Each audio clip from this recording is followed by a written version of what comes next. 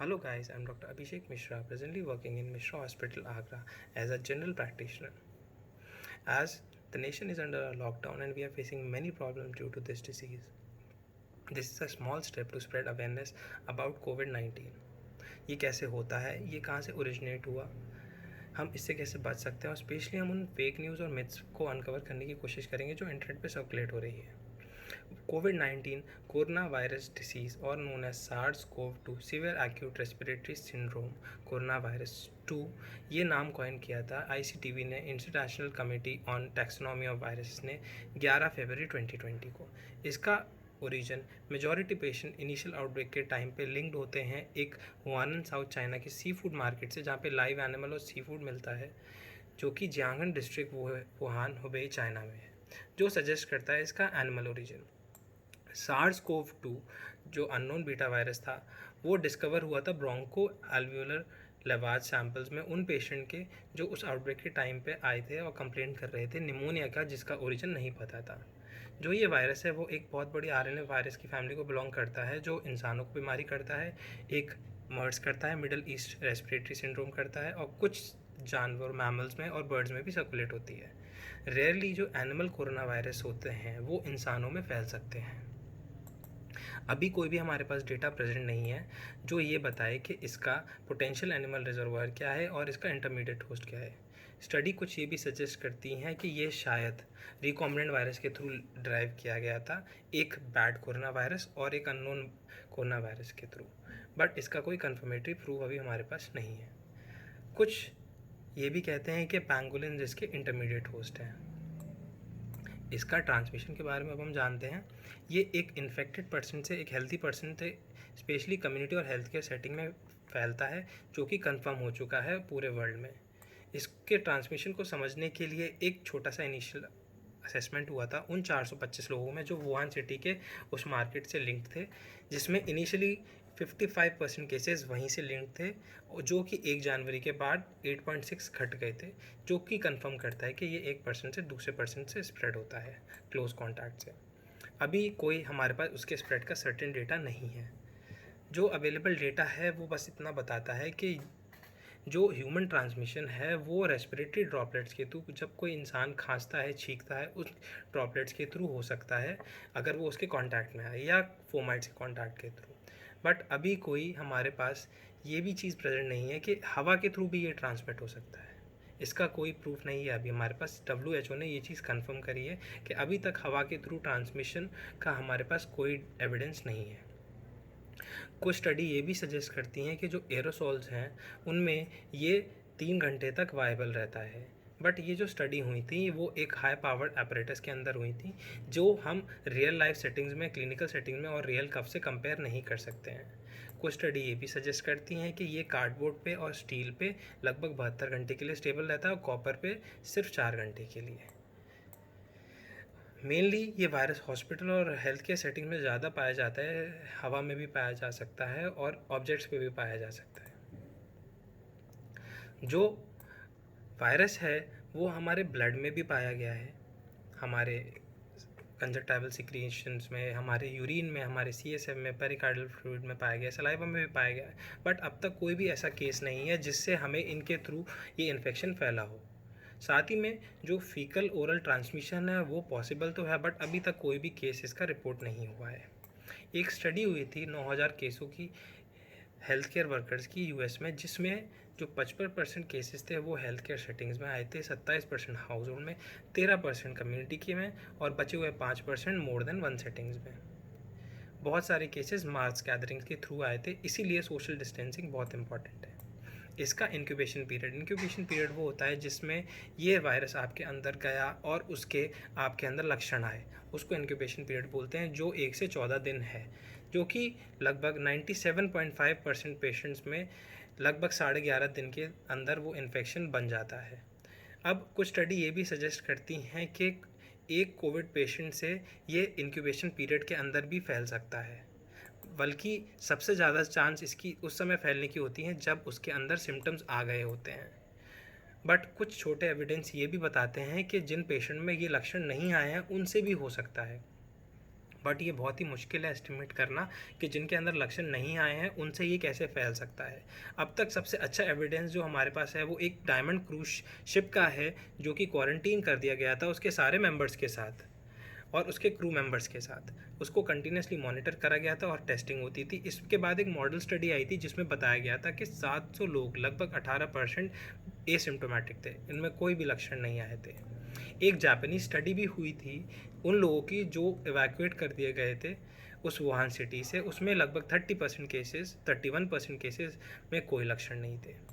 एक यूएस की फैसिलिटी की भी एक स्टडी हुई थी, लॉन्ग टर्म फैसिलिटी की स्टडी हुई थी, जिसमें 30% पॉजिटिव केसेस थे जिनमें कोई लक्षण नहीं थे। एक न्यूयॉर्क में भी स्टडी हुई थी जिसमें लगभग 88% औरतें जो पॉजिटिव थीं, जो एडमिट हुई थी SARS-CoV-2 की, उनमें कोई लक्षण नहीं थे। साथ ही में एक स्टडी ये भी थी जिसमें एक बच्चा था जो SARS-CoV-2 पॉजिटिव था, वो लगभग 172 लोगों के क्लोज कांटेक्ट में आया था, बट उसने किसी को भी संक्रमित नहीं किया था। कुछ ये भी कहते हैं कि सुपर स्प्रेडर्स होते हैं जो एक साथ बहुत ज़्यादा लोगों को इन्फेक्ट कर सकते हैं। ये एक साथ स्पेशली हेल्थ केयर सेटिंग में ये बहुत ही रिस्की हो जाता है। ये फिनोमेना जो है, ये चीज़ और भी पहले डिस्कवर हो चुकी है। ये पहले सार्स में हो चुका है, सीवियर एक्यूट रेस्पिरेटरी सिंड्रोम पे, इबोला में और मर्स में ये चीज़ पहले देखी जा चुकी है। एक माँ से बेटे में पहुंचना अभी तक डॉक्यूमेंटेड नहीं है, इसका कोई भी अभी हमारे पास डेटा नहीं है, बट हम इस ट्रांसमिशन को हटा नहीं सकते। Vertical transmission can be possible, it can not be ruled out. एक केस रिपोर्ट ऐसी भी है कि जिसमें माँ से बच्चे के अंदर कोविड मिला तो था, बट बच्चे के अंदर वायरस स्पेसिफिक एंटीबॉडी भी डिटेक्ट हुई थी उसके सीरम सैंपल में। जो Indian council of medical research है उसने डिसाइड किया है एक स्टडी करने के लिए उन जगहों पे जहाँ पे सबसे ज़्यादा इन्फेक्शन हुआ है कि कम्युनिटी में सबसे ज़्यादा कैसे फैल रहा है, या कम्युनिटी ट्रांसमिशन फेज़ को पता करने के लिए।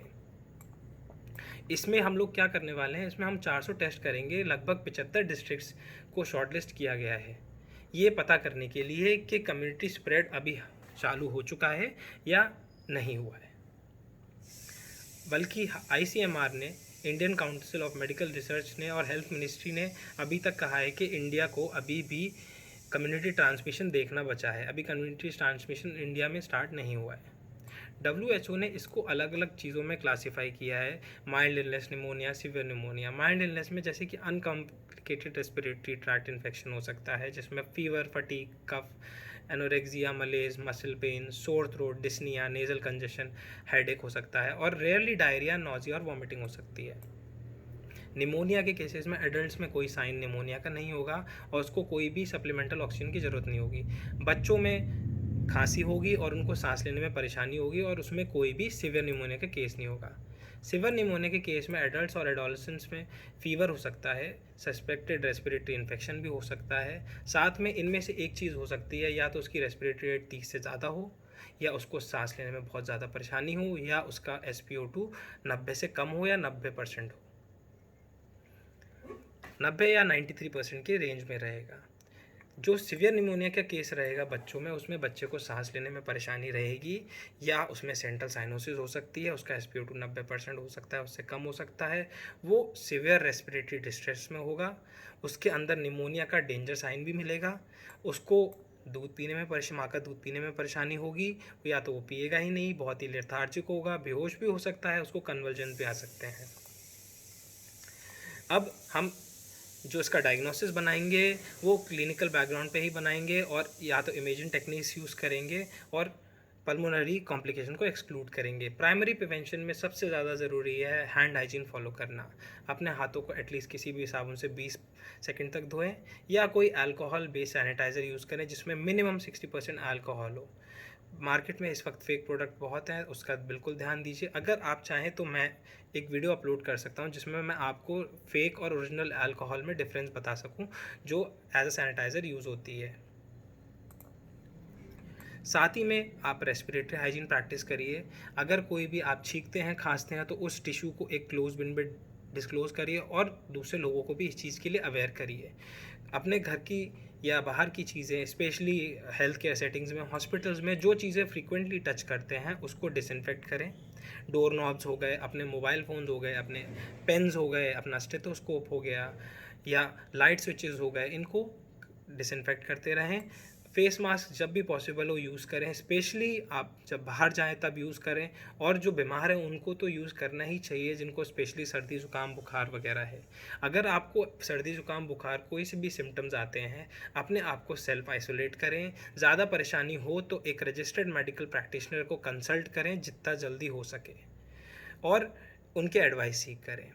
जो सेंटर ऑफ डिजीज़ कंट्रोल है उन्होंने बताया है कि घर का बनाया हुआ क्लॉथ मास्क भी हम यूज़ कर सकते हैं, बट अभी तक कोई हमारे पास इतना अच्छा एविडेंस नहीं है इसको सपोर्ट करने के लिए। सिर्फ फेस मास्क अकेले आपको कोविड से नहीं बचा सकता है। आपको हैंड हाइजीन फॉलो करनी है, आपको सोशल डिस्टेंसिंग फॉलो करनी है, और other protective measures you have to follow जो आपकी गवर्नमेंट आपको बता रही है। मास्क के बारे में बहुत सारी वीडियोस आप इंटरनेट पे देख सकते हैं कि कौन सा मास्क किस हिसाब से वर्क करता है, कितना इफेक्टिव है। हमेशा मास्क लगाने से पहले, मास्क हटाने से पहले अपने हाथ को धोएं। मास्क को कभी भी आगे से ना हटाएं, उसकी स्ट्रिंग्स को यूज़ करें हटाने के लिए। ऑल्दो सोशल डिस्टेंसिंग का डेटा भी लिमिटेड है, बट अब तक का सबसे अच्छा जो एविडेंस है हमारे पास वो सोशल डिस्टेंसिंग का है, जो संक्रमण को धीमा कर सकता है, कम कर सकता है। और साथ ही में जो सबसे ज़्यादा रिस्क में लोग आते हैं, जैसे कि हमारे घर में जो बुज़ुर्ग लोग हैं जो किसी बीमारी से ग्रसित हैं, या बच्चे हैं जिनकी इम्यूनिटी कमज़ोर है, उनको शील्ड करके रखें, उनको मास गैदरिंग में जाने से बिल्कुल दूर रखें, उनको बंद रखें घर में। और स्पेशली जिनका ऑर्गन ट्रांसप्लांट हुआ, जिनका कैंसर पेशेंट हुआ है, जिनको अदर कंडीशन है जैसे कि COPD की कंडीशन है, एजमा है, जिनको रेयर डिसीज़ जैसे कि सिकल सेल अनीमिया हो गया, इम्यूनो डेफिशिएंसी हो गया, और स्पेशली प्रेग्नेंट औरतें जिनको कोई हार्ट डिसीज़ है, इन लोगों को हमें और एक्स्ट्रा शील्ड करके रखना है। इनको हमें कोशिश करना है कि जितने ज़्यादा लोगों के कांटेक्ट में ना है उतना अच्छा है, और स्पेशली बीमार लोगों के कांटेक्ट में ना है। अभी प्रेजेंट में कोई भी वैक्सीन अवेलेबल नहीं है, इसके लिए अभी भी बहुत सारी ट्रायल्स चल रही हैं। कुछ कंट्रीज़ कहती हैं कि उनकी ट्रायल अच्छी चल रही है, बट प्रेजेंट डेटा के हिसाब से एटलीस्ट 12 से 18 महीने लग जाएंगे। और मास प्रोडक्शन में, इतनी वर्ल्ड की इतनी बड़ी पॉपुलेशन के बाद मास प्रोडक्शन में भी टाइम लग सकता है।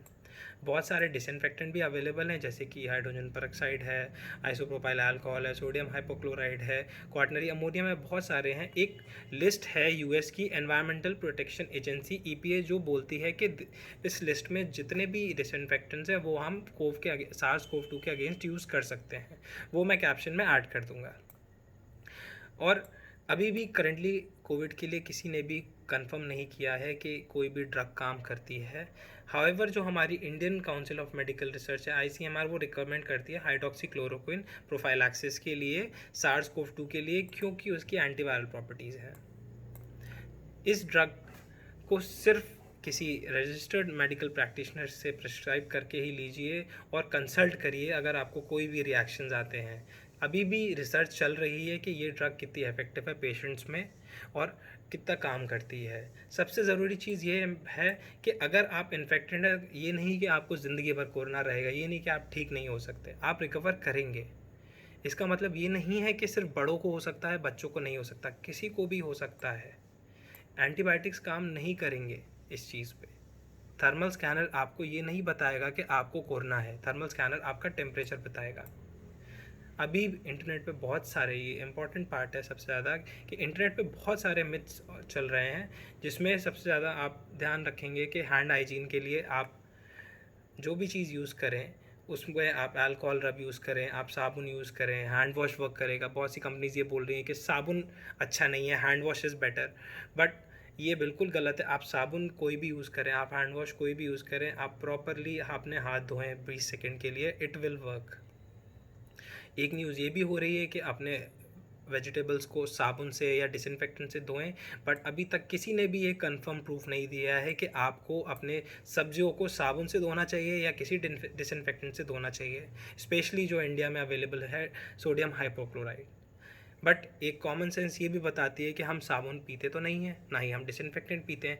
अगर हम प्रॉपरली अगर यूज़ कर भी रहे हैं, अगर हम उसको इंजेस्ट करते हैं, वो हमारी सेहत के लिए हानिकारक हो सकता है, इवन पॉइजनस भी हो सकता है।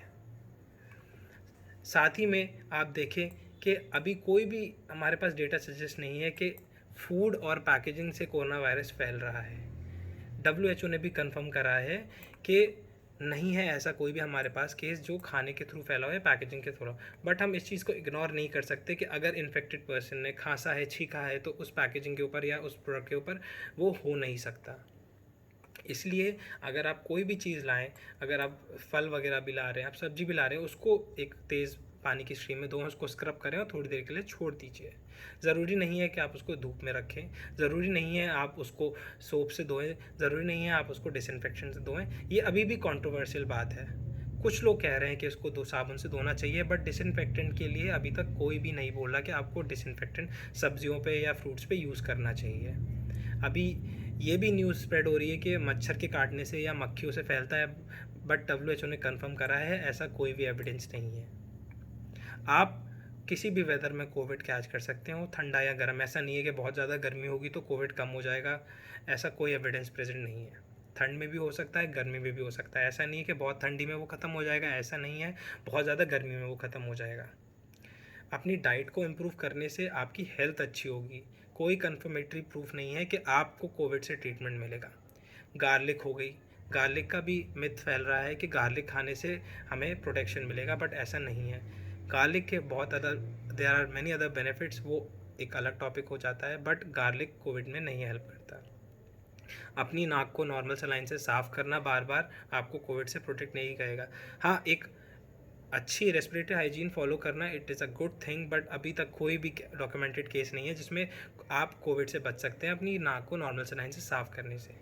अपनी बॉडी पे ब्लीच डालना या कोई डिसइंफेक्टेंट डालना या कोई और चीज़ यूज़ करना can damage your skin, irritation कर सकती है आपकी, डैमेज स्किन ख़राब कर सकती है, आपकी आंखें ख़राब कर सकती है, आपको और भी प्रॉब्लम हो सकती है क्योंकि they act as a poison inside our body. तो ये सिर्फ आर्टिकल्स के लिए बने हुए हैं, हमारी बॉडी के लिए नहीं बने हुए, हमारे फ्रूट्स के लिए, हमारे वेजिटेबल्स के लिए नहीं बने हैं। कुछ लोग ये भी बोल रहे हैं कि ज़्यादा अल्कोहल पीने से आपको कोविड से बचते हैं, बट ये कॉमन सेंस है कि ज़्यादा अल्कोहल पीने से आप कोविड से तो दूर की बात है, आप अपने आप से नहीं बच सकते हैं। ज़्यादा अल्कोहल आपको कोविड तो करा ही देगी अगर आपने इन्फेक्टेड पर्सन के कांटेक्ट में आके, साथ में आपको 2-4 और बीमारियां मिल जाएंगी फ्री में। अभी टोटल वर्ल्ड में अराउंड 6.6 to 7% डेथ रेट है। इंडिया में अराउंड 3.34 समथिंग 3.347% डेथ रेट चल रही है। मैक्सिमम केसेस हमारे यूरोप और अमेरिका में है 16 lakhs, और अराउंड सबसे कम साउथ ईस्ट एशिया में है अराउंड 87,000, अफ्रीका में 40,000। तो ये डेथ रेट्स हैं और ये नॉर्मल केसेस है कोविड के। ये जो परसेंटेज मैंने आपको बताई है वर्ल्ड की और इंडिया की कंपैरिजन की कि 6 to up to 7% वर्ल्ड में डेथ रेट है, इंडिया में अराउंड 3 to 4% डेथ रेट है। ये नहीं बताती कि हमें ये बहुत ही इससे हमें कोई प्रॉब्लम नहीं है या इसको हमें बिल्कुल फ्री माइंड लेना चाहिए। ये रिस्की हो सकती है, बट इसका मतलब ये नहीं है कि हम डर के रहेंगे। हमें प्रिकॉशंस के साथ रहना है। टाइम चेंज हो जाएगा, हमारा रहने का तरीका बदल जाएगा, बट इसका मतलब ये नहीं है कि हम इससे डरें। प्रॉपर प्रिकॉशंस लीजिए, प्रॉपर हैंड हाइजीन फॉलो करिए, एक अपने डॉक्टर्स को कंसल्ट करिए टाइमली, तो आपको प्रॉब्लम कम होगी। ऐसा नहीं है कि आपको कोविड हो गया तो आप नहीं बचेंगे, आप बचेंगे। बहुत सारे पेशेंट हैं जो रिकवर हो रहे हैं, हेल्थ केयर सर्विसेज प्रोवाइड हो रही हैं प्रॉपर।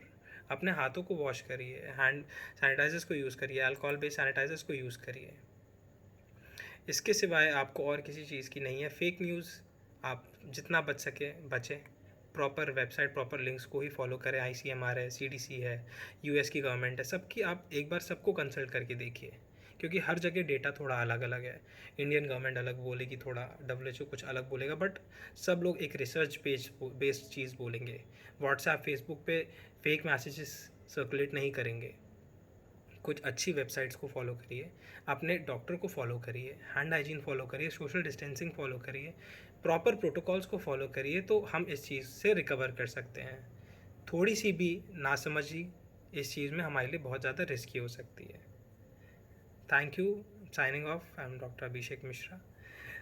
कोई भी डाउट्स हो, कोई भी कंप्लेंट्स हो या कोई भी एरर हो इस वीडियो में, तो प्लीज़ उसको कमेंट सेक्शन में पोस्ट कर दीजिए।